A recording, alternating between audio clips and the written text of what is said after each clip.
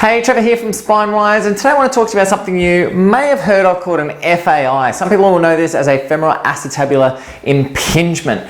And what that is and what that actually means for you and why you should actually be aware of what this condition is.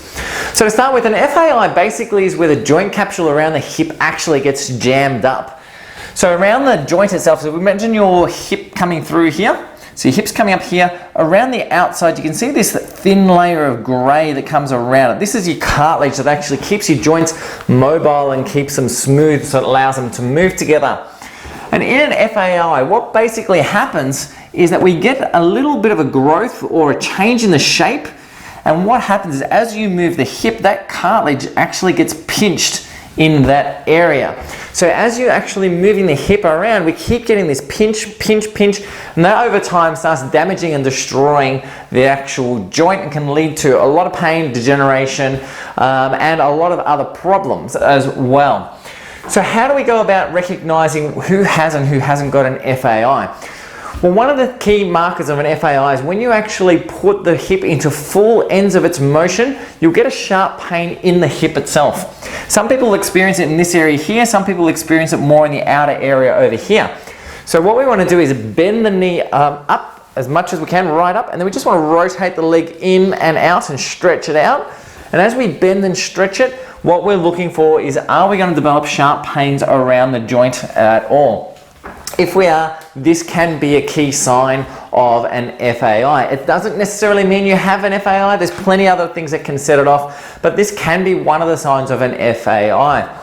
So why is this so important? Well, if we start getting damage to the cartilage in the area, this can eventually lead to things like degeneration and potentially even things like hip replacement surgery later on in life. So what can we do about an FAI? So there's a few different ways of approaching this. There's a surgical option and a non-surgical option. Surgical options generally mean trying to smooth out, and this is usually done through arthroscope, but trying to smooth out the area, clean up any debris, things like that around there to allow the joint to go through its natural motion as per normal. Then there's the conservative approach, which really is all about trying to restore normal function back. So in restoring normal function back, what we're trying to do is balance all the muscles around the area, get the joint functioning in a nice smooth motion like it was originally designed to do, and in doing so, hopefully the damage itself won't create a problem for people heading forward. In some circumstances, when we have an FAI that's only there at the very, very end range of motion, so if you're a gymnast or something like that, and you're not planning on doing any gymnastics later on, or stopping it, or you're retiring, then it may not even be necessary to act upon this area here or any surgery in any way, shape or form.